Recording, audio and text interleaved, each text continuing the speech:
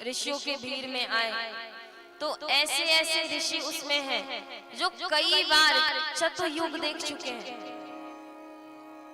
4 युग, सतयुग, त्रेता, द्वापर, कलयुग, ये कितनी बार देख चुके हैं।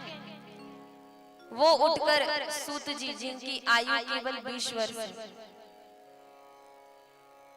उठ करके उन्हें प्रणाम कर रहे हैं। देखिए, कोई बल से बड़ा होता है ना, कोई बुद्धि से बड़ा होता है, कोई धन से बड़ा होता है, पर असली में बड़ा कौन होता है? नहीं, जिसके पास ज्ञान हो, जिसके पास स्वच्छ ज्ञान हो।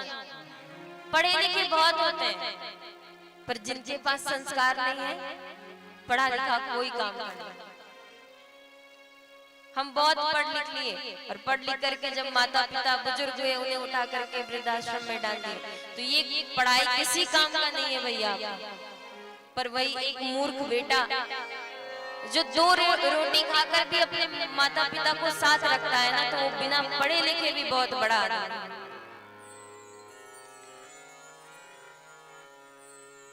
सूत जी को सबने प्रणाम किया। अब देखिए, आजकल जब हम संतों से मिलते हैं तो हम क्या करते हैं? फालतू के प्रश्न करते हैं। क्या प्रश्न करते हैं? कि महाराज ये बताइए कि मेरे बेटे का जॉब लगेगा या नहीं लगेगा, है या नहीं? पूछते हैं ना। कोई भैया जाकर पूछेंगे, महाराज जी ये बताइए मेरा बिजनेस कब आगे बढ़ेगा, उसमें कब प्रॉफिट आएगी। कोई जाकर ये पूछते हैं कि मेरी बेटिया का विवाह बड़े घर में होगा या नहीं। पर कोई ये जाकर नहीं पूछते हैं कि हमें प्रभु की प्राप्ति कैसे हो। कोई नहीं पूछते।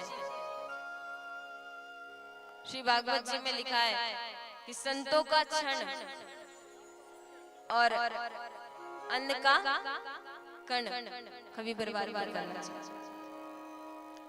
संत का सानिध्य मिले तो सदैव अपने हित का प्रश्न पूछिए। ऐसे तो अनहित का कोई नहीं पूछते, पर अपने मार्ग को, अच्छा अपने ये जो जीवन मार्ग है, ये सबको पता है ना कि 7 दिन में ही सबको यहाँ से जाना। इन 7 दिनों में भी यहाँ से सबको जाना। अब आप सबको ये नहीं कह रही कि आप सभी जाएंगे, ऐसा नहीं। 7 दिन में ही सबको जाना है ना। 8वां दिन तो किसी के लिए नहीं बनेगा। बताइए, किसी के लिए 8वां दिन बनेगा? नहीं, इसी 7 दिन में जाना है। तो सबको यही सोचना चाहिए कि आज रात्रि में सो गए, अब कल सुबह उठेंगे या नहीं, ये नहीं पता। तो भरपूर भगवान का नाम लेना चाहिए। तो सूत जी से सभी ऋषि प्रश्न कर रहे हैं। सबसे पहले हम भागवत जी में प्रवेश कर गए। क्षमा चाहूंगी, पर बातों बात में भागवत कहना शुरू कर दिया मैंने। सबसे पहले भागवत जी के प्रथम श्लोक को हम ध्यान करेंगे, मंगलाचरण करेंगे, तत्पश्चात भागवत की ओर बढ़ेंगे। सच्चिदानंद रूपाय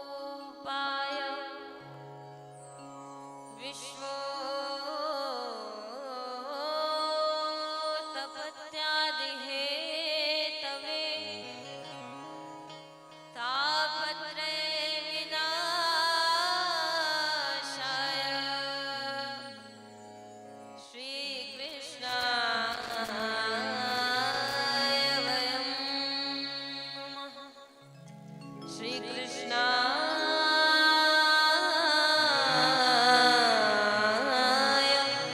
वयं नमः। ये भागवत जी का प्रथम श्लोक। सच्चित आनंद घन सच्चिदानंद। सच्चिदानंद का अर्थ जानते हैं? ये जो श्लोक है, सबसे पहला शब्द क्या है? सच्चिदानंद रूपाय। इनका रूप कैसा है? सच्चित आनंद घन सच्चिदानंद। जब हम नहीं थे तब भी जो थे, आज हम हैं तब भी जो हैं, और जब कल हम आप सब कोई नहीं रहेंगे तब भी जो रहेंगे वही कौन है? सच्चिदानंद। सच्चिदानंद रूपाय। अब कार्य क्या करते हैं? ये तो रूप हमने सुना, अब इनका कार्य क्या है? विश्वो तपत्यादि हेतवे। क्या कार्य करते हैं? संपूर्ण जगत का उत्पत्ति यही करते हैं, पालन भी यही करते हैं, समय आने पर इसका नाश भी यही करते हैं। और क्या करते हैं? विश्वोत्पत्त्यादि हेतवे तापत्रय विनाशाय। हम सबके मन में कुछ दोष, क्या? दैहिक, दैविक, भौतिक ताप। 3 प्रकार के ताप होते हैं। तापत्रय विनाशाय। प्रभु इन तीनों प्रकार के तापों का नाश करते हैं। श्री कृष्णाय वयम। ऐसे प्रभु को हम बारंबार प्रणाम करते हैं। बोलिए श्रीमद् भागवत महापुराण। आइए अब हम कथा की ओर चले।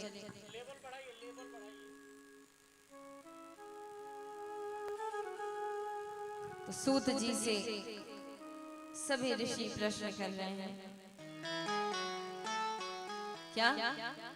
अज्ञान ध्वांत विद्वंस कोटि सूर्य समप्रभ सूताखाति कथा सारम मम कर्ण रसायनम। हे सूत जी, अज्ञान ध्वांत विध्वंस, हमने सुना है कि आप अज्ञान रूपी अंधकार को नाश करने वाले करोड़ों सूर्य के समान हैं। किसके समान है?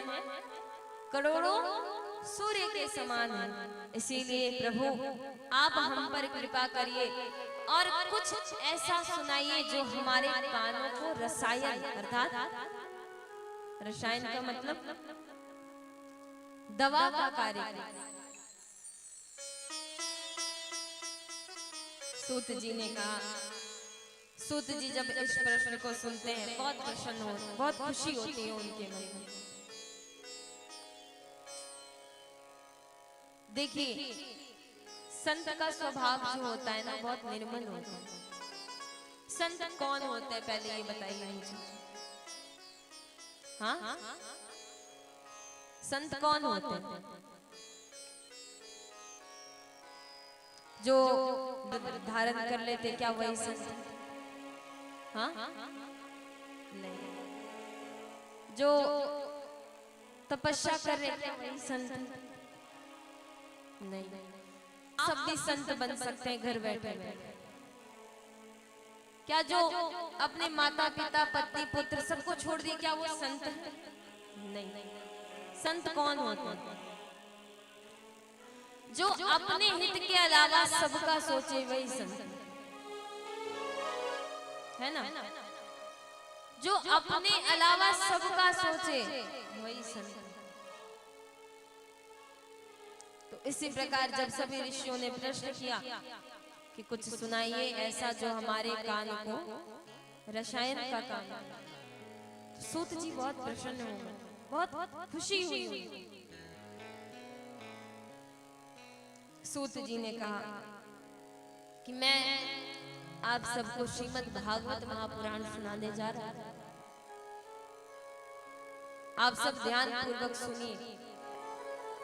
ये वो कथा है जो कभी कभी देवताओं को भी नसीब नहीं होती। क्या होता है? देवताओं को भी नसीब नहीं होता। और सोचिए आप सब यहाँ बैठकर श्रीमद् भागवत महापुराण सुन रहे हैं। क्या आपके भाग्य का कोई वर्णन है? हाँ, आपके भाग्य का कोई वर्णन है? जो कथा देवता नहीं सुन पाए वो कथा आप सब बैठकर यहाँ सुन रहे हैं। इसीलिए कह रही हूँ कि भरपूर लाभ उठाइए और प्रत्येक दिन आइए और भजन में ताली बजाइए और मेरे साथ साथ गाइए। शायरी बना दी मैंने। तो सूत जी कह रहे हैं कि आइए मैं आप सबको वही श्रीमद् भागवत महापुराण सुनाता हूँ जो कि देवताओं को भी दुर्लभ कभी प्राप्त नहीं हुई। सूत जी से सभी ऋषि कह रहे हैं कि हमें विस्तार पूर्वक सुनाइए। तो कह रहे हैं एवं विनिमय जाते सुधा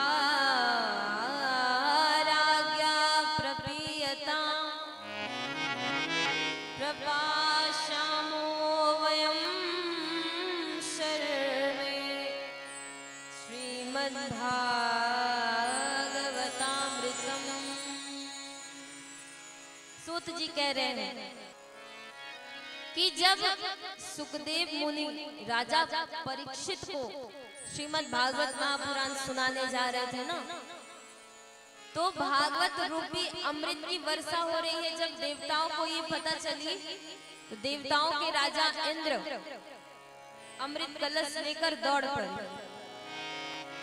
और जाकर सुखदेव मुनि से कहते हैं कि एक काम करिए, ये जो अमृत कलश है ये आप राजा परीक्षित को पिला दीजिए और ये जो श्रीमद् भागवत महापुराण रूपी कथा है, अमृत है, ये आप हमें सुना दीजिए। इस पर सुखदेव जी ने कहा, कहाँ तुम्हारा ये अमृत कलश और कहाँ ये हमारा श्रीमद् भागवत रूपी अमृत कलश। जब ऐसा कहा तो देवताओं को बुरा लग गया कि सुखदेव मुनि ने इस अमृत कलश को ठुकरा दिया। ऐसी क्या बात है श्रीमद् भागवत महापुराण में? दौड़े दौड़े गए ब्रह्मा जी के पास, सारी बात बताई। ब्रह्मा जी ने क्या किया, जितने वेद हैं, जितने ऋचाएं, सबको एक तराजू के एक पलड़े पर रखा और श्रीमद् भागवत महापुराण को एक पलड़े पर। सबने ये कहा कि ये जो श्रीमद् भागवत महापुराण है ये भी तो वेद का एक पार्ट है, छोटा सा, मानो एक आम के वृक्ष का एक फल है श्रीमद् भागवत महापुराण। तो फिर ऐसी क्या बात है कि सुखदेव मुनि ने कहा कि कहाँ तुम्हारा ये अमृत कलश और कहाँ हमारा ये श्रीमद् भागवत रूपी अमृत।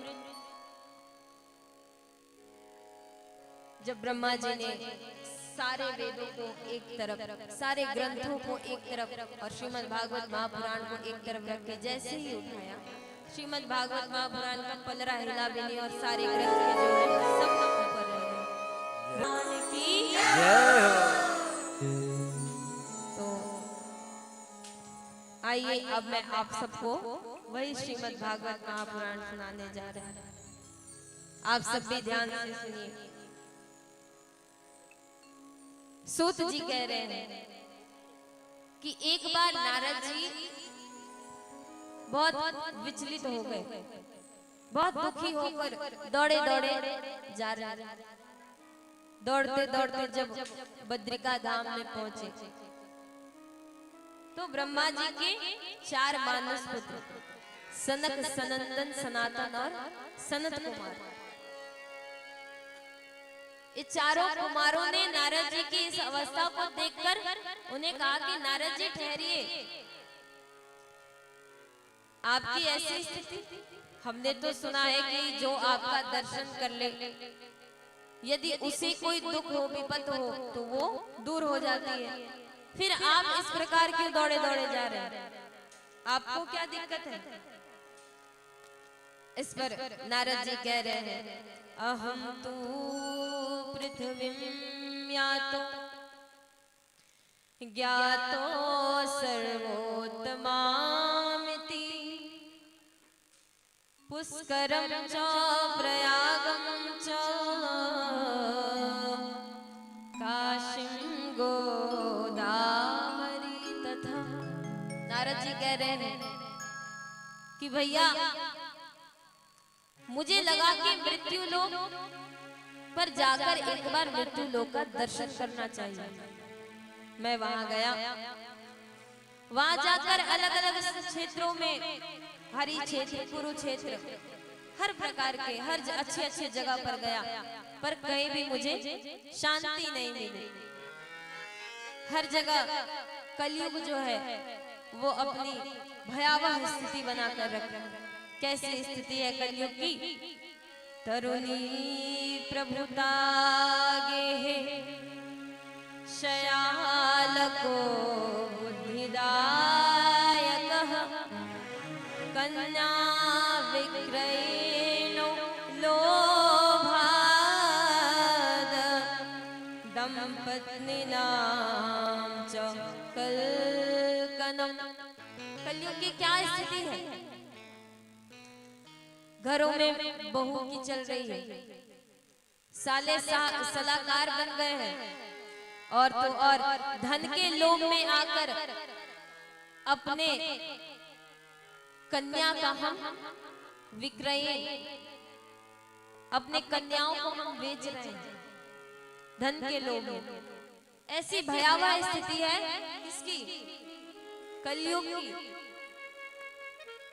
नारद जी कह रहे कि जब मैंने ये सारे दृश्य देखे ना, तो मैंने सोचा कि एक बार वृंदावन जाया और वहां जाकर वहां के दर्शन किए जाए। बोलिए श्री धाम वृंदावन जी की जय। कौन कौन वृंदावन गए और गए हैं? कौन कौन गए? फिर से हाथ उठाइए। मैं भी गई हूँ बचपन में। नहीं, मेरा तो आना जाना। कौन कौन मेरे साथ चलेंगे? सब कोई चलेंगे? अच्छा, एक बार यही प्रसंग कह रही थी कहीं पे, तो मैंने ऐसे ही पूछ दिया कि कौन कौन मेरे साथ वृंदावन चलेंगे। सबने हाथ उठाया। दूसरे दिन जब कथा में गई तो दो माताएं आकर मुझसे पूछ रही है, मैंने सामान पैक कर लिया, कब निकलना है दीदी बताइए। मैंने कहा कि मैया जब भजन गाऊंगी तो उसमें लीन होकर वैसे चलना है। तो मुझे कह रही अच्छा अच्छा, वैसे पहले बताया होता, फालतू में सामान वगैरह सब पैक कर लिया मैंने कि वृंदावन जाना है।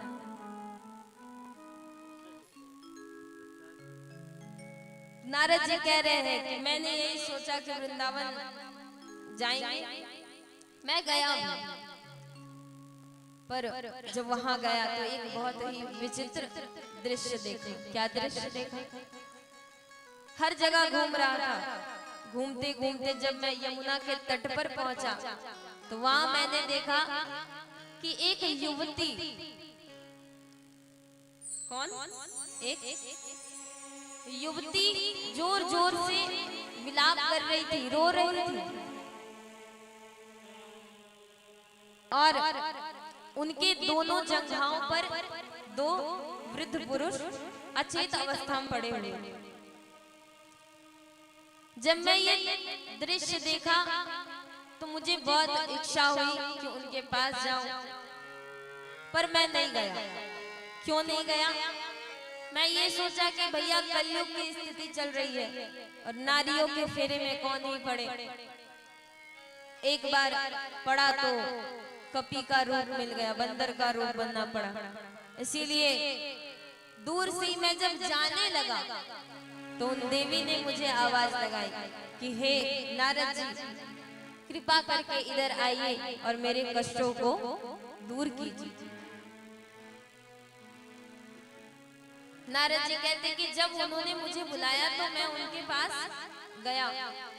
उनकी स्थिति देखकर मुझसे रही नहीं गई। मैंने पूछ दिया कि देवी आप कौन हैं, या आपके चारों तरफ जो इतनी सारी देवियां हैं ये कौन है, और ये जो दो अचेत अवस्था में वृद्ध पुरुष हैं ये कौन है। तभी युवती बोल पड़ती है कि नारद जी सर्वप्रथम आपको प्रणाम। हमने सुना है कि जब आपके दर्शन किसी को हो जाते हैं तो सारे कष्ट जो है वो दूर हो जाते हैं। ऐसे भी देखिए जब हमारे जीवन में किसी संत का आगमन होना तो समझ जाइए कि हमारा जीवन अब उन्नति की ओर जा रहा है। क्या समझना चाहिए कि हम अब उन्नति की ओर जा रहे हैं। ऐसे ही संत दर्शन नहीं होता, संत मिलन बिना मतलब का नहीं हो सकता, प्रभु की कृपा के बिना। संत के साथ हम बैठते हैं उल्टी सीधी बात करते हैं, नहीं, संतों के साथ बैठिए तो अच्छी बातें करिए। संत तो ऐसे हैं कि संत के ही कृपा से प्रहलाद जी को, ध्रुव जी को प्रभु की प्राप्ति हुई, रामदास नारद बन गए, है ना। संतों की ही कृपा से भक्ति महारानी जो है वो भी, उनकी भी कल्याण हो। तो सबसे पहली बात तो ये है कि कभी भी हमारे आम जिंदगी में भी संत दिखे तो उनकी अवहेलना नहीं करनी चाहिए। हम नहीं जानते कि वो किस रूप में है, पता नहीं किस रूप में आके नारायण मिल जाएंगे, और निर्मल मन के दर्पण में पाए। आप सब सच में बहुत अच्छे हैं, बहुत अच्छा लगा आप सबके साथ। कहना नहीं पड़ रहा आप सबको कि आप सब साथ में गाइए, एक बार कह दिया बस समझ में। आप सब अपने अपने लिए एक बार जोरदार ताली बजा दीजिए। संतों का संग कभी हमें गिरा नहीं सकता, सदैव हमें ऊपर उठाता है। संत सच्चे, बस यही शर्त है कि इस कलयुग में सच्चे संत मिलना बहुत मुश्किल है। आइए एक बहुत सुंदर भाव है, किसी को नींद ना आए इसीलिए बीच बीच में भजन भी चलना चाहिए, सभी ताली बजाते हुए। और अगर किसी को कमर सीधी करनी हो तो वो भी उठकर नृत्य कर सकते हैं, है ना। आइए सभी भाव से गाएंगे। संतन के संग लाग रे तेरी, आप सबको आता है ये भजन, सबको आता है, सब मिलकर गाइए। संतन के संग लाग रे तेरी अच्छी बनेगी, संतन के संग लाग रे अच्छी बनेगी, संतन के संग लाग रे तेरी अच्छी बनेगी, संतन के संग लाग रे तेरी अच्छी बनेगी, अच्छी बनेगी तेरी बिगड़ी बनेगी, अच्छी बनेगी तेरी बिगड़ी बनेगी, अच्छी बनेगी तेरी बिगड़ी बनेगी, अच्छी बनेगी तेरी बिगड़ी बनेगी।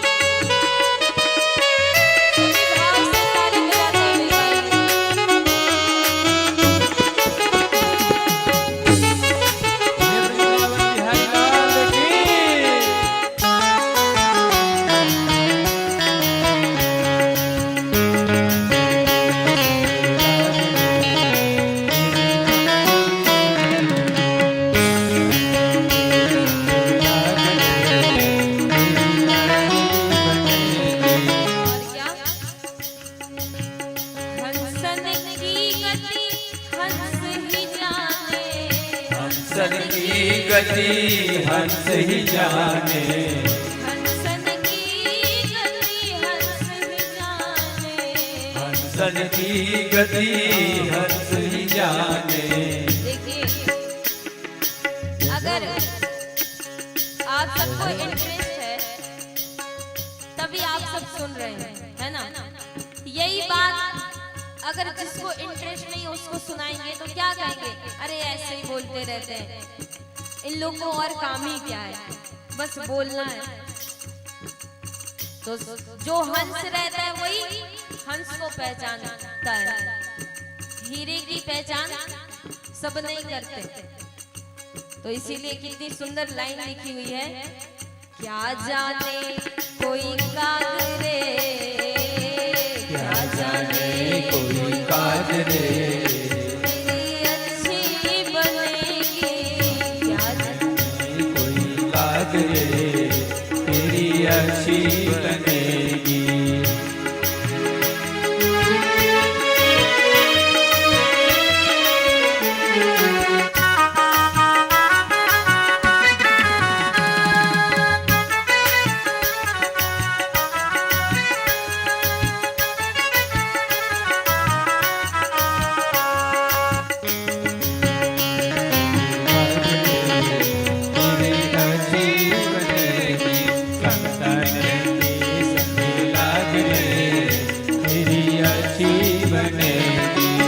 और संत के सानिध्य में किन किन की बात बन गई? हाँ, ध्रुव जी की बन गई, प्रहलाद जी की बन गई, गुरु जी की बन गई, प्रहलाद जी की बन गई, ध्रुव जी की बन गई, प्रहलाद जी की बन गई, गुरु जी की बन गई, प्रहलाद जी की बन गई। गुरु सुमिरन वैराग रे, गुरु सुमिरन बैराग रे, तेरी अच्छी बनेगी, के सखे लाग रे, तेरी अच्छी बनेगी। अभी आप सब मेरे साथ गाएंगे, ठीक है? चलिए। संतन के संग, इधर भी आप सब देखो। संतन के, एक मिनट आप सब रुक जाइए, अभी आप सब गाइए। संतन के, हमारी माताएं सब हर क्षेत्र में आगे हैं, आप सब तो गा भी नहीं पा रहे हैं और ये लोग। चलिए अब की बात, संतन के संग, इस बार थोड़ी सी जोर लगाई है इन्होंने। अभी आप सब गाकर सुना दीजिए। संतन के, सुनिए सुनिए, अब दोनों मिलकर गाइए। संतन के संग लाग रे, तेरी अच्छी, संतन के संग लाग रे, तेरी अच्छी बनेगी, अच्छी बनेगी तेरी बिगड़ी बनेगी, अच्छी बनेगी तेरी बिगड़ी बनेगी, अच्छी बनेगी तेरी बिगड़ी बनेगी, अच्छी बनेगी तेरी बिगड़ी बनेगी। संतन के संग जय हो।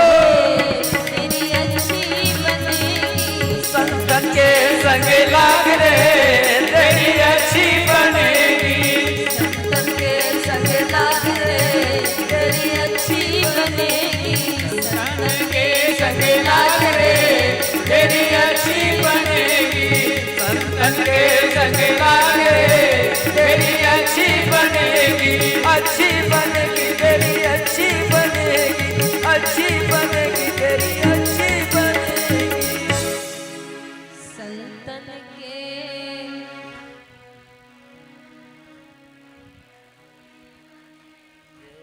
अच्छी बनेगी तेरी, इस बार पावर था। अच्छी बनेगी तेरी, गुरु सुमिरन वैराग रे, तेरी बोलना पड़ेगा, और जोर से, राधे राधे। और जोर से। ये बताइए इस क्षेत्र में क्या इतने ही लोग हैं जो आप सब यहाँ विराजित हैं, या और हैं? ऐसे यहाँ नहीं आ पाए,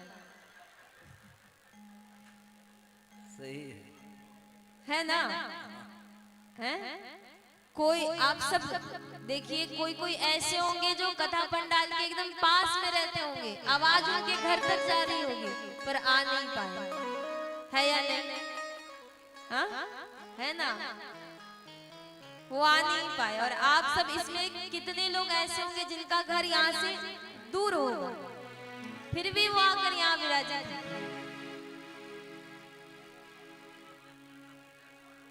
तो इसीलिए जयकारा जब भी लगाने का हो तो जोर से लगाइए, ताकि उन तक आवाज जाए और उन्हें पता चले कि नहीं, यहाँ कहीं ना कहीं प्रभु के नाम का प्रसाद बटा जा रहा है, तो वहां चलना चाहिए। जोर से बोलना पड़ेगा, राधे राधे। हाँ, अभी आवाज गई होगी, तो अब कल से आएंगे सब। तो भक्ति महारानी कह रही है कि हमने सुना है कि जब संतों का सानिध्य होता है तो अगर हमें कोई कष्ट हो तो हम उससे उबरने लगते हैं, हमारे कष्ट का इसीलिए आप आए हैं तो निश्चित रूप से मुझे विश्वास है कि आप मेरे कष्ट को जरूर हरेंगे, मेरे दुख का निवारण जरूर करेंगे। हाँ, शांति बनाए रखिए भैया, 3 घंटे मेरे को दीजिए, बाकी 21 घंटे आप जितना बोल सकती हैं बोलिए, शांति बनाए रखिए। देखिए आप सबके ऊपर प्रभु की कृपा है, इसका एक प्रूफ दिखाऊं, देखना चाहेंगे? ये देखिए बारिश हो रही है। जब कहीं कथा होना, कोई भी धार्मिक अनुष्ठान करिए और बारिश हो जाए तो समझ जाइए कि आपका जो कार्य है वो सफल होगा, प्रभु की कृपा आप पे बरस रही है। प्रथम दिन में ही प्रभु ने अपनी कृपा आप सब पर बरसा दी। ये देखो और खुश हो गए। बोलिए श्रीमद् भागवत महापुराण की जय हो। आप सब समझिए कि ये भागवत रूपी अमृत की बारिश हो रही है और आज से 7 दिन आप सबको इसमें भीगना है। तो नारद जी ने कहा कि ये जो दोनों वृद्ध पुरुष हैं, आप अपना परिचय दीजिए कि आप हैं कौन। तो देवी कहती है कि प्रभु मेरा नाम भक्ति है, और ये जो दोनों अचेत अवस्था में वृद्ध पुरुष हैं, ये दोनों मेरे पुत्र हैं। उनका क्या नाम है? ज्ञान और वैराग्य। अच्छा, तो देवी आप तो युवती हैं, आप तो वृद्ध नहीं दिख रही है, यहाँ तो उल्टा दिख रहा है। जब माँ को वृद्ध होना चाहिए, पुत्र को जवान होना चाहिए, पर यहाँ तो उल्टा दिख रहा है, माँ युवती की अवस्था में और जो बच्चे हैं वो वृद्ध अवस्था में अचेत पड़े। ऐसा क्या हुआ कि आपके पुत्र वृद्ध हो गए? तो भक्ति महारानी कह रही है कि हम अलग अलग क्षेत्रों में गए, पर जब हम गुजरात में आए, महाराष्ट्र में थोड़ा बहुत हमें सम्मान मिला, गुजरात में आए तो हम जीर्ण हो गए, वृद्ध हो गए। इसीलिए हम तीनों जो है लौटकर कहाँ गए? वृंदावन। वृंदावन जब हम आए तो मैं तो युवती हो गई, पर मेरे दोनों पुत्र अभी तक वृद्ध अवस्था में ही। कृपा करके इसका कुछ उपाय ढूंढिए। नारद जी ने कहा कि आप चिंता मत करिए। नारद जी वेद, पुराण, ऋचा, मंत्र, गीता हर प्रकार के पाठ करने लगे।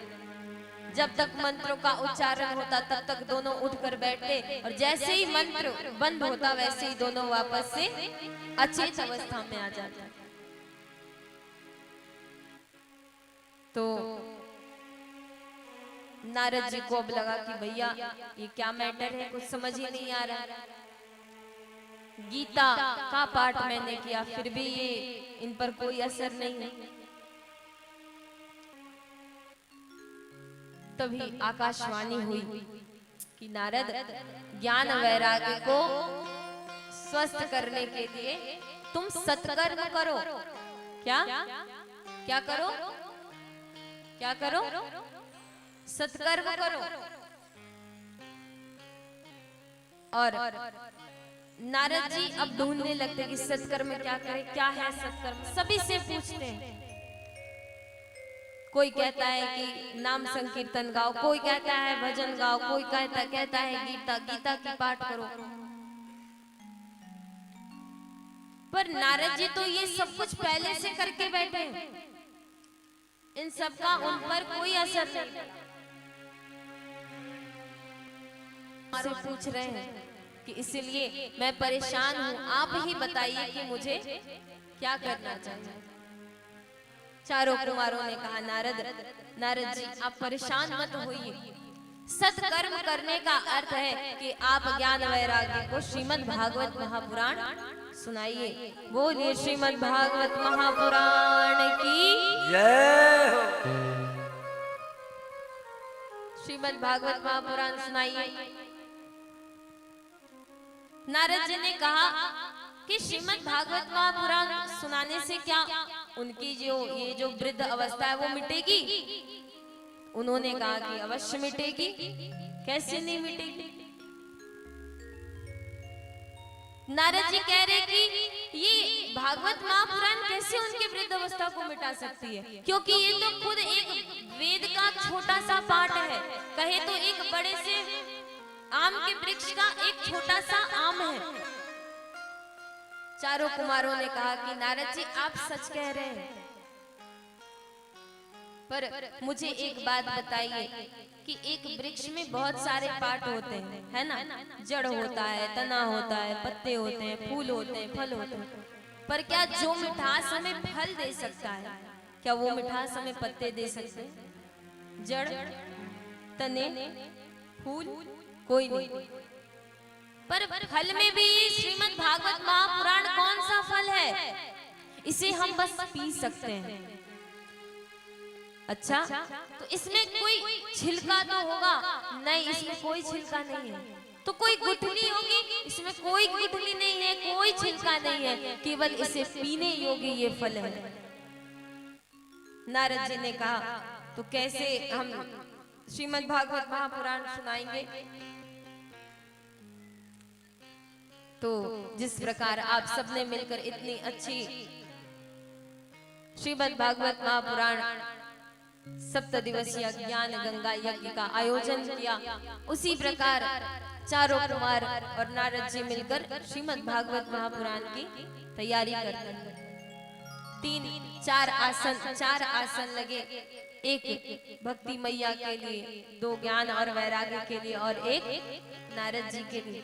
चारों कुमार व्यास गद्दी पर विराजित हैं। जब पता चला कि सनक, सनंदन, सनातन और सनत कुमार ये चारों ऋषि, ये चारों कुमार मिलकर श्रीमद् भागवत महापुराण कहेंगे, तो दूर दूर से जितने साधु संत थे सब आकर कथा सुनने के लिए बैठे।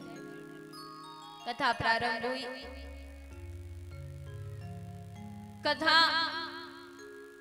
जब विराम की ओर जाने लगी तब नारद जी ने एक प्रश्न किया, ध्यान पूर्वक सुनिए। नारद जी ने क्या प्रश्न किया कि देखिए, आपने तो ये कहा, ये हम समझ सकते कि जो भक्ति करे, जो प्रभु का नाम ले, वो अगर श्रीमद् भागवत महापुराण सुने तो उसका कल्याण हो सकता है ना, उसके लिए मामूली बात है। पर क्या जो कभी एक बार जीवन में भगवान का नाम नहीं लिया, क्या उसकी भी मुक्ति हो सकती है? देखिए, आजकल हम अपने दिनचर्या में इतने व्यस्त हो जाते हैं कि जो सच्चा मार्ग है भक्ति का, उसी से हम दूर रहते हैं, है ना? हम कितना भी कमा लें, कितना भी जमा कर लें, देखिए प्रभु जब हमें इस पृथ्वी पर भेजते हैं ना, तो हमें किराएदार बनाकर भेजते हैं। क्या बनाकर? किराएदार बनाकर भेजते हैं। पर जब हम इस पृथ्वी पर आ जाते हैं तो अपने आप को क्या समझते हैं? मालिक, जमींदार समझने लगते हैं।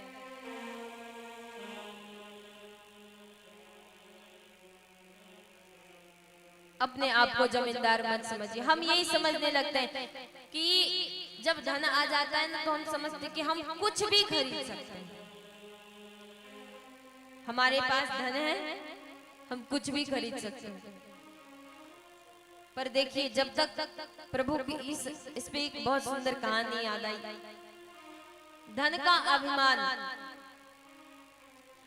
हम अगर चाहे ना कि धन से कुछ प्रभु का भी कार्य कर ले, तो वो नहीं होता। जब तक प्रभु की इच्छा नहीं होगी तब तक नहीं होगा। आप सबने देखा होगा, बहुत बार आपने किसी तीर्थ स्थल पर जाने की प्रोग्राम बनाई होगी, सब कुछ हो गया, टिकट कट गई, पर अंत में कुछ ना कुछ ऐसा हो जाता है कि आप नहीं जा पाते। एक व्यापारी थी, उन्हें भी अपने धन का बहुत अभिमान था। ये सच्ची घटना है, मैंने भी कहीं सुना था, तो आप सबको सुना रही हूं। तो वो व्यापारी जो थे, उन्हें अपने धन पर बहुत अभिमान था, पर उनमें एक गुण था। क्या गुण था? वो साधु संत ब्राह्मणों का बहुत सम्मान किया करते थे। उनकी दुकान के पास एक बिहारी जी का मंदिर था। उसमें एक पुजारी प्रत्येक दिन जाकर पूजा पाठ किया करते थे। और जब मंदिर में पूजा हो जाता था ना, तो एक फूल डाली कहते हैं ना, डाली में पूजा की सामग्री लेकर वहां जितने दुकानदार थे, सबके दुकान में जाकर पूजा किया करते थे। तो उससे क्या होता था? कोई 10-20 रुपए दे देते थे, उसी से उनका गुजारा चलता था। उनकी महीने की कमाई 5 से 7-8 हजार होगी, उसमें संसार चलाना सब कुछ। पर जानते हैं, वो साधु महाराज हर 15 दिन पर ना पूर्णमासी को वृंदावन जाया करते थे, बिहारी जी के दर्शन के लिए। कहाँ जाते थे? क्या करने के लिए? हाँ, बिहारी जी के दर्शन करने के लिए जाया करते थे। एक दिन क्या हुआ कि वो जो सेठ जी थे ना, वो साधु महाराज को बहुत मानते थे। उनके यहाँ जाते थे तो चेयर वगैरह देते थे, चाय नाश्ता करवाते थे, और जब उनकी दुकान की पूजा हो जाती थी 150 रुपए उन्हें दे देते थे। तो एक दिन क्या हुई कि साधु महाराज को कुछ पैसों की जरूरत पड़ गई। उन्होंने सोचा कि सेठ जी मुझे बहुत मानते हैं, अगर मैं उनके पास जाकर मांगूंगा तो हो सकता है कि वो मुझे कुछ पैसे दे दे उधार में। गए, पूजा करवाया, चाय पानी नाश्ता इत्यादि के बाद उन्होंने कहा कि सेठ जी मुझे कुछ पैसों की जरूरत है। सेठ जी नाराज हो गए। होता है ना, कोई कोई पैसे के मामले में थोड़ा टाइट होता है। उनसे पैसा मांगो तो वो कहेंगे कि देखो बात से दोस्ती है, पैसे से नहीं, है ना। तो उन्होंने भी यही किया, उन्होंने ताना मारा। क्या? कि पुजारी जी ये जो हर 15 दिन पर वृंदावन जाते हैं उससे क्या फायदा होता है? उसमें तो पैसे खर्च होते होंगे, तो अगर वो पैसे आज आपके पास होते, ऐसा नहीं, अगर पास में पैसा हो तो हम सब कुछ कर सकते हैं। साधु महाराज ने कहा कि नहीं, जब तक उनकी इच्छा नहीं होगी तब तक हम नहीं जा सकते। अब सेठ जी महाराज कह रहे अच्छा चलो मैं तुम्हें जाकर दिखाता हूँ। उन्होंने कहा कि ठीक है चलिए। यही 4-5 दिन में पूर्णमासी होगी तो मैं जाने वाला हूँ, आप मेरे साथ ही चलिए। उन्होंने कहा कि ठीक है। उन्होंने व्यंग्य करते हुए कहा कि आप तो कभी ट्रेन में जनरल बॉगी में ही जाते होंगे, कभी एसी में तो चढ़े भी नहीं होंगे, तो एक काम करिए इस बार मेरे साथ चलिए एसी में। उन्होंने कुछ नहीं कहा क्योंकि वो समझ रहे थे कि इनको अभिमान है, अपने दौलत का अभिमान है। उन्होंने कुछ नहीं कहा। 4-5 दिन के बाद दोनों स्टेशन पे मिले। सेठ जी का छोटा बेटा उन्हें छोड़ने आया था स्टेशन पे। तो जब ट्रेन आई, दोनों चढ़ गए ट्रेन में। गाड़ी खुली, एक स्टेशन आगे भी चले गए। थोड़ी दूर जाने के बाद सेठ जी को फोन आया कि आपके छोटे बेटे की एक्सीडेंट हो गई और बहुत ही सीरियस स्थिति में। सेठ जी ने जब सुना अब किसी के बेटे की एक्सीडेंट हो जाए तो उसकी क्या स्थिति हो सकती है, आप सब अनुमान लगा लीजिए। अब उनको लग रहा था कि कब गाड़ी रुके और कब मैं उतर जाऊं। अगली स्टेशन आई और सेठ जी उतर गए, चले गए। साधु महाराज ने तब कुछ नहीं कहा, बस हल्के से मुस्कुराया और कहा कि अपना ख्याल रखिएगा। सेठ जी इधर आ गए और साधु महाराज वृंदावन चले गए। कुछ दिनों के बाद जब वो वापस आए, उनके दुकान पर गए। दुकान पर गए तो उनके पुत्र की हालचाल पूछी कि भैया कैसे हैं अब आपके पुत्र। सब कुछ बताया। अंत में साधु महाराज ने एक बहुत सुंदर बात कही। क्या? सेठ जी बुरा मत मानिएगा पर आज एक बात कहने की इच्छा है। तो उन्होंने कहा कि कहिए। जब पैसे होना कभी अभिमान नहीं करना चाहिए, क्योंकि जब तक बिहारी जी की इच्छा नहीं होगी ना तब तक आप कहीं नहीं जा सकते। आप तो ट्रेन में चढ़ गए, 2 स्टेशन आगे चले गए, फिर भी आप घूम कर आ गए। पर मैं आप ही के साथ था और मैं वृंदावन से वापस आ गया। सेठ जी बहुत जोर से रो पड़े और उनके पैर को पकड़ लिए कि मुझे माफ कर दो, मैंने तुम्हारा अपमान किया इसीलिए मैं नहीं जा पाया। देखिए, आप भगवान का अपमान कितनी बार भी कर दीजिए, क्षमा मांग लीजिए, प्रभु माफ कर देंगे, पर उनके भक्तों का अपमान कभी मत करिए। अगर उनके भक्तों का अपमान हुआ ना, एक बार क्या आप 50% अपमान करके देख लीजिए, 1% भी प्रभु क्षमा नहीं करेंगे, कभी नहीं करेंगे। आगे बहुत सारी भक्तों की कहानी देखिए। दिखाओ भक्ति क्या होती है। जब पाप करते हैं पुण्य उदित होते हैं। आप सब उधर देखिए, एक भैया बैठे हैं, सब देख लीजिए, बारिश में बैठे हैं। वो बहुत देर से खड़े थे। हाँ हो गया, सब देख लिए। हाँ सब देख लिए, किसी को देखना है और नहीं? अब सुनिए मेरी बात, यही है भक्ति। जब तक वो खड़े थे ना दूर, तब तक उनकी पाप थी। अभी वो बैठ गए, उनके पाप कट गए हैं, इसीलिए वो बैठ गए। वरना मैं जब आई तो बहुत कोई वहां पांडाल के बाहर इधर उधर खड़े थे, सब थोड़ी देर खड़े रहे और चले गए। और ये ना जाने कहां से घूम फिर कर आकर खड़े रहे और बारिश में बैठकर कथा सुन। तो यही भक्ति है। प्रभु के नाम में क्या ही शक्ति हो सकती है, इसका अनुमान आप और हम क्या प्रभु भी नहीं लगा सकते। प्रभु से बड़ा प्रभु का नाम होता है। प्रभु जब भी इस पृथ्वी पर अवतार लेकर आए ना, तो प्रभु की भी इतनी क्षमता नहीं हुई कि अपने नाम का गुणगान कर सके, है ना? और हम भैया, हम तो कलयुग में ऐसे हो गए कि भगवान को भी दिनों के अनुसार बांट के रखे। सोमवार को शिव जी, मंगलवार को बजरंगबली, बुधवार को हाँ गणेश जी, बृहस्पतिवार को विष्णु जी, शुक्रवार को संतोषी मैया, शनिवार को, रविवार को सूर्य देव।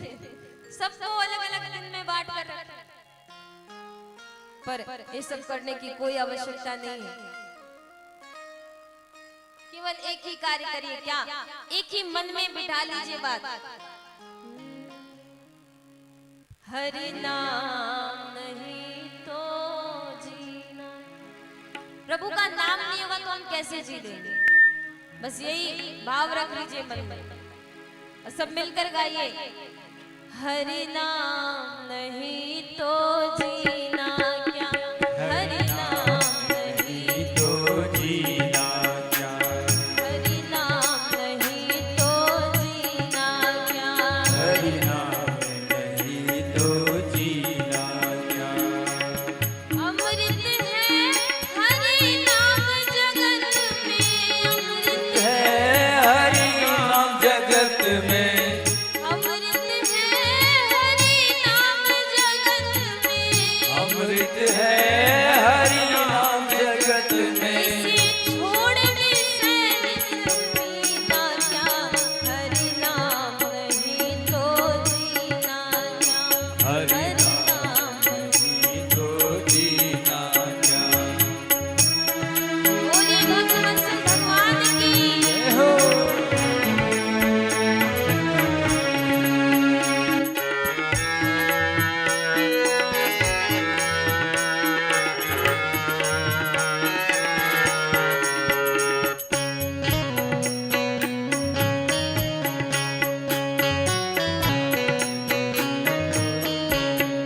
और ये जो काल है, काल रूपी सर्प, काल व्याल खग्रासन, काल जो है ना हर वक्त अपना मुंह खोल के बैठा हुआ है कि कब कौन आए और मैं उसे अपना ग्रास अर्थात भोजन बना दूं, और हम इस बात को नहीं समझ पाते। हाँ, काल सदा अपने रस डोले, ना जाने कब सिर चढ़ बोले। काल सदा अपने रस डोले, ना जाने कब सिर चढ़े बोले। इसीलिए हरि का नाम जपो निस्वासन, हरि का नाम जपो निस्वासन, हरि का नाम जपो निस्वासन, हरि का नाम जपो निस्वासन। इसमें अब बरस महीना क्या, हरि नाम नहीं तो जीना क्या, हरि नाम नहीं तो जीना क्या, हरि नाम नहीं तो जीना क्या। जय हो।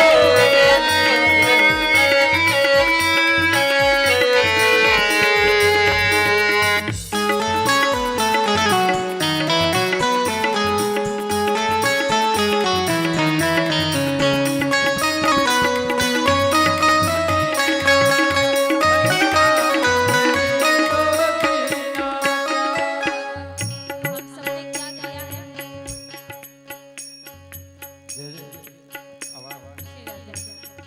है? हम सबने क्या कर रखा है? अलग अलग दिनों में प्रभु को बांट दिया। सोमवार को शिव जी पे इतना जल चढ़ा दिया कि मंगलवार को उन्हें बुखार लग गया। अब बेचारे छींकते छींकते परेशान हैं। मंगलवार को बजरंगबली को इतना लड्डू खिला दिए, इतना लड्डू खिला दिए कि जी भर आया उनका, शुगर हो गया उन्हें। अब बेचारे बुधवार से देख रहे रास्ता कि कोई एक आ जाता लड्डू लेकर, कोई नहीं जाता। तो हमने प्रभु को बांट रखा है। प्रभु ने तो यही कहा कि अल्लाह ईश्वर एक ही नाम, और हमने आकर क्या किए? सबको बांट के रखे। भूषण से सब अंग सजाए, रसना पे हरि नाम आए। भूषण से सब अंग सजाए, रसना पे हरि नाम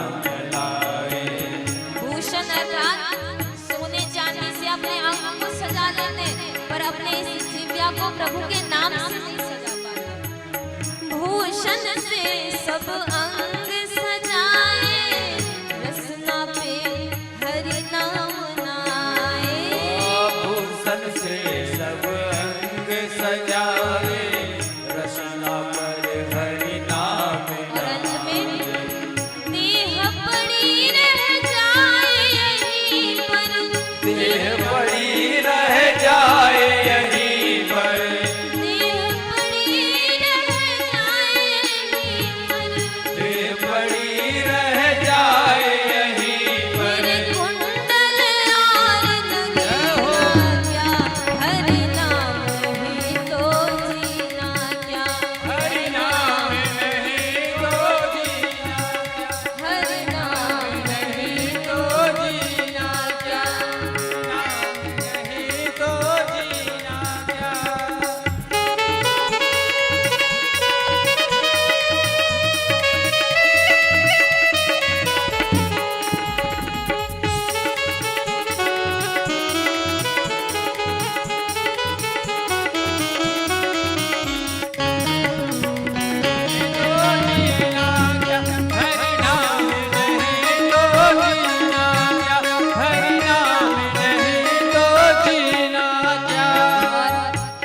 हम हर जगह घूमते हैं, काशी, बनारस, मथुरा, अलग अलग तीर्थ स्थलों पर, पर एक भिखारी आ जाए ना तो उसे हम डांट कर भगा देते हैं, है ना।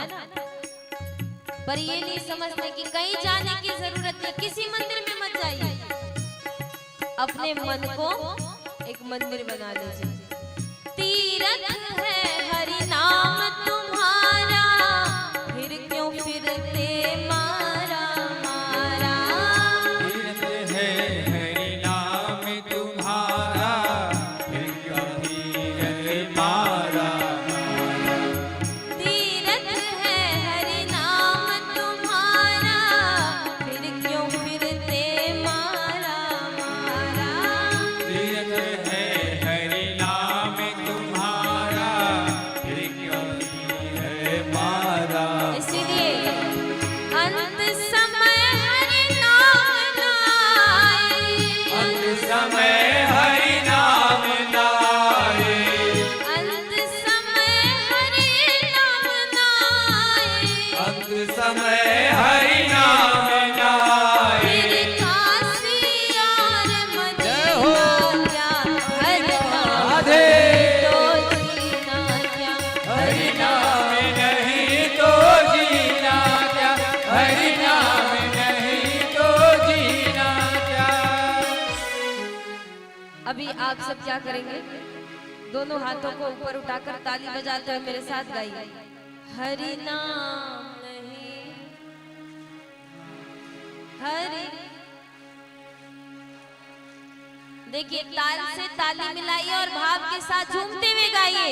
हरि नाम नहीं तो जीना क्या, हरि नाम नहीं। नहीं तो जीना क्या, अमृत है हरि नाम जगत में, अमृत है हरि नाम जगत में, अमृत है हरि नाम जगत में। अमृत है हरि नाम जगत में। फिर काशी राधे। मदीना क्या, हरि नाम नाम नहीं तो जीना क्या, हरि नाम नहीं तो जीना क्या, हरि नाम नहीं तो जीना क्या, हरि नाम नहीं तो जीना क्या। हरि नाम।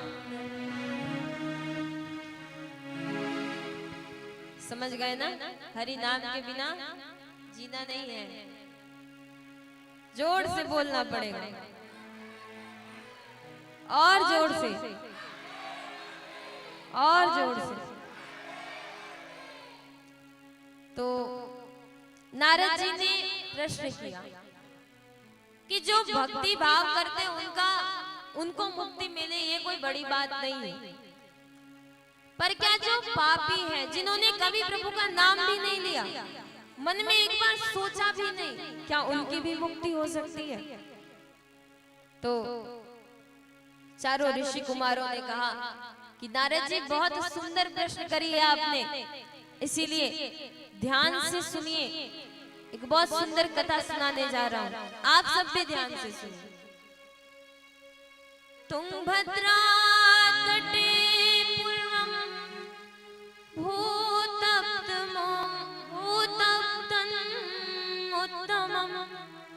तुंगभद्रा नाम का एक नदी है, उस तट पे एक ब्राह्मण रहते हैं।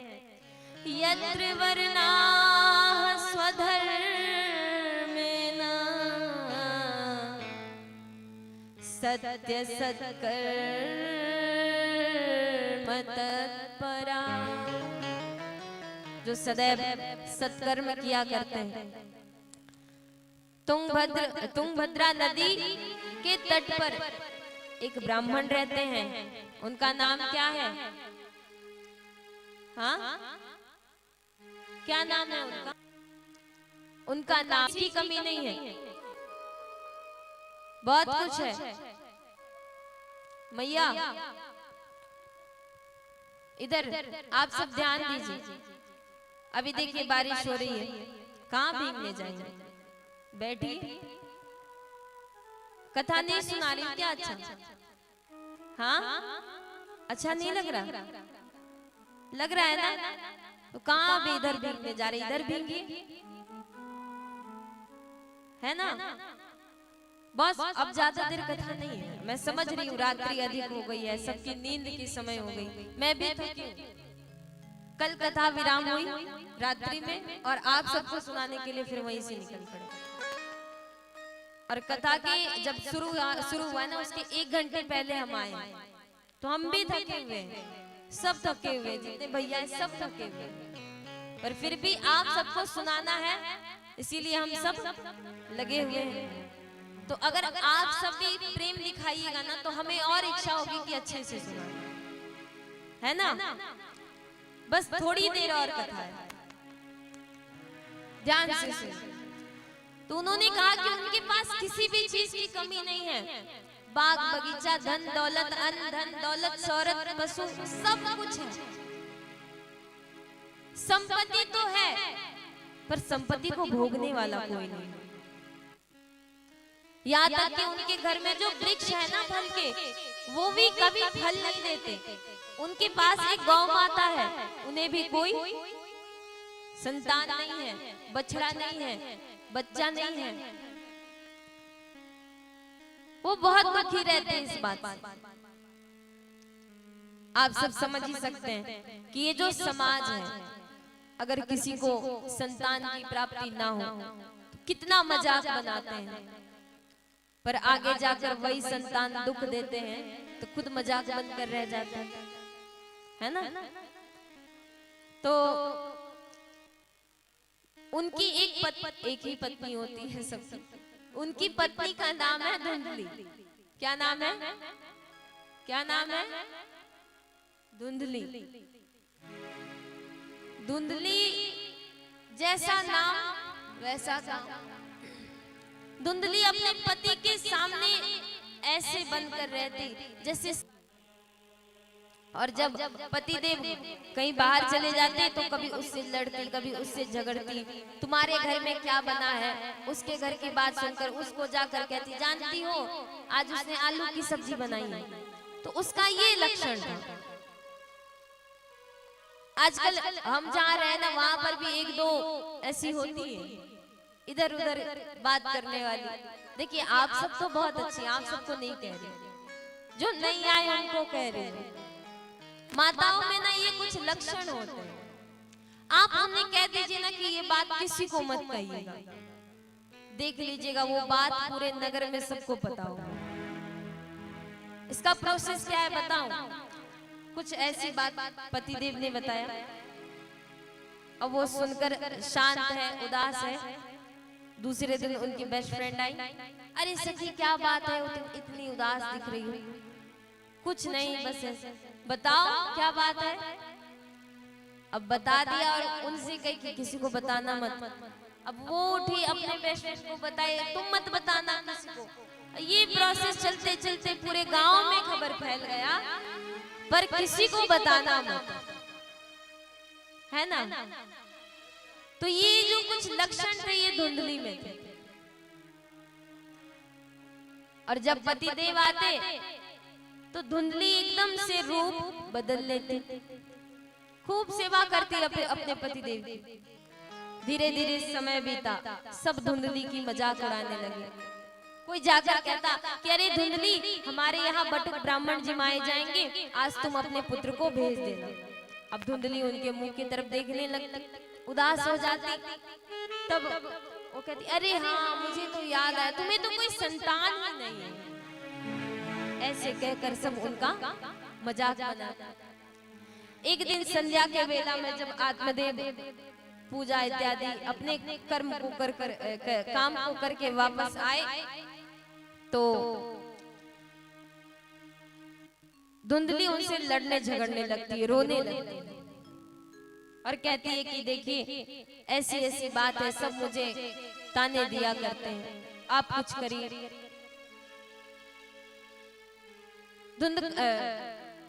आत्मदेव परेशान हो जाते हैं, क्योंकि देखिए स्त्रियों में एक लक्षण है, उन्हें कुछ होगा ना तो हर बात अपने पति से कह देते, पर जो पति देव होते हैं ना वो समझते हैं कि अगर ये बात कहूंगा तो देवी को टेंशन हो जाएगा, इसीलिए नहीं बताते, छुपा कर रखते।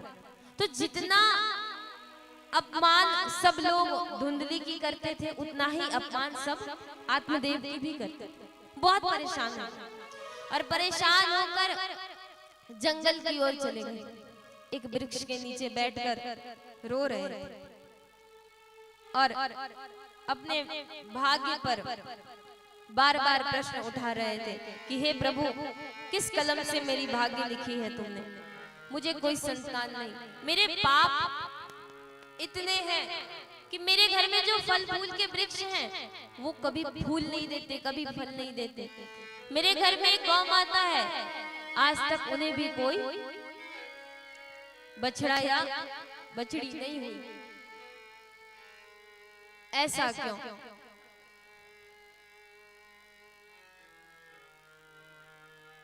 इसे सोचकर रो रहे थे। तभी मैंने बताया ना, संत का आगमन आपके जीवन में जब हो, समझ जाइए कि आप उन्नति की हो। पर संत जो कहे अगर उन्हें नहीं मानेंगे तो आगे क्या होगा ये सुनिए। संत महाराज आए और उन्हें देखकर कहते हैं,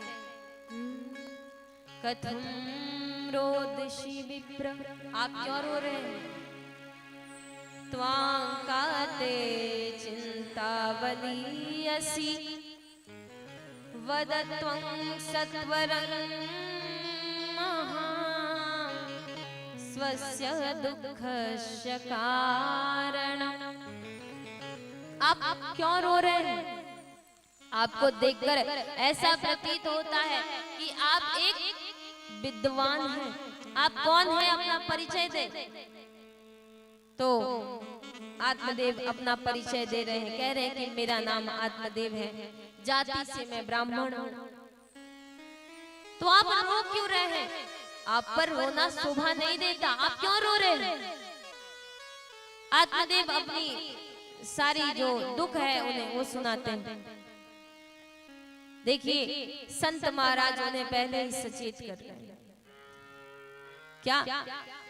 कि देखिए आपको पुत्र नहीं है, आप आज रो रहे हैं, पर मैं आपको सचेत कर देता हूं कि पुत्र या संतान आपको नहीं है ना, ये अच्छा।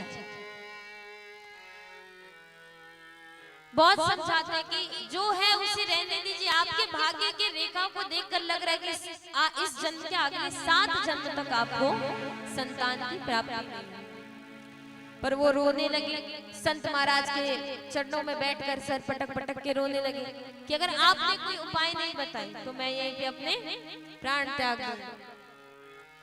संत महाराज सोचे कि ब्राह्मण है, प्राण त्याग देगा तो पाप लगेगा, इसलिए उन्होंने कहा, अपने झोली में से एक फल निकाला और उनके हाथों में पकड़ा दिया, कहा कि ये फल ले जाकर अपनी पत्नी को खिला देना, कुछ समय के बाद वो गर्भवती हो जाएंगी, क्योंकि ये एक अभिमंत्रित फल है। आत्मदेव खुश हो गए, नाचते गाते गए अपने घर। धुंधली को वो फल पकड़ा दिया और सब बात जो है वो उन्हें बताती है। बताते हैं दूसरे दिन जब आत्मदेव अपने काम पर निकलने लगे तो धुंधली से कहा कि उस फल को तुम आज ग्रहण कर लेना, खा लेना। धुंधली ने कहा ठीक है।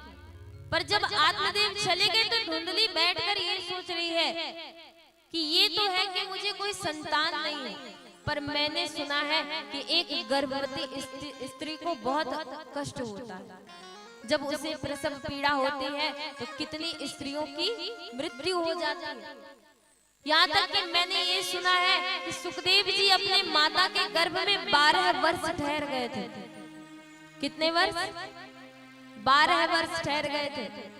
अगर मेरा गर्भ 12 वर्ष छोड़ो 1 वर्ष भी ठहर गया तो फिर मैं क्या करूंगी? इतना जो उछलते कूदते रहते उधर उधर लड़ते फिरती हूँ, ये सब फिर कैसे होगा? फिर तो सबके घरों में आग लगना बंद हो जाएगा। ये सब काम भी मुझे ही देखने पड़ते हैं। ये सब सोच ही रही होती है कि उसकी एक सहेली आई और वो सहेली गर्भवती। वो आकर पूछ रही है कि सखी क्या बात है, तुम आज उदास लग रही हो? तो धुंधली सारी बात जो है उस सखी को बताती है। उसने कहा कि अरे ये तो अच्छी बात है कि फल मिली, तुम खा लो, संतान की प्राप्ति हो जाएगी। उसने कहा कि खा तो लूं, पर एक दिक्कत है। दिक्कत क्या है कि अगर गर्भ धारण किया कुछ, अगर मैं मर गई तो फिर क्या होगा? चलो मरी नहीं, अगर मेरा बॉडी फिगर खराब हो गया तो क्या करूंगी? तो धुंधली जो है बहुत तरीके के कॉज बताती है, बहुत तरह के कारण लगाती है। अब उसकी जो सखी है वो सोच रही है मन ही मन कि धुंधली के घर में संपत्ति बहुत है पर उसे भोगने वाला कोई नहीं। अब मेरे घर में खाने वाले बहुत है पर खाने को कुछ नहीं। तो उसने एक आइडिया लगाया। क्या? उसने कहा कि धुंधली तुम एक काम करो, तुम अपने पति से कहना कि मैंने ये फल खा लिया और तुम नाटक करना 9 महीने की मैं गर्भवती हूं। और तो धुंधली ने कहा अच्छा नाटक करूंगी और 9 महीने बाद अचानक से बच्चा कहां से लेकर आऊंगी? तो सखी ने कहा कि सुनो, मैं भी गर्भवती हूं, तुम अपने पति के सामने नाटक करना, 9 महीने के बाद फिर मैं जो मुझे संतान की प्राप्ति होगी वो मैं तुम्हें लाकर दे दूंगी, उसके बदले में तुम मुझे कुछ धन दे दो। धुंधली ने कहा ठीक है।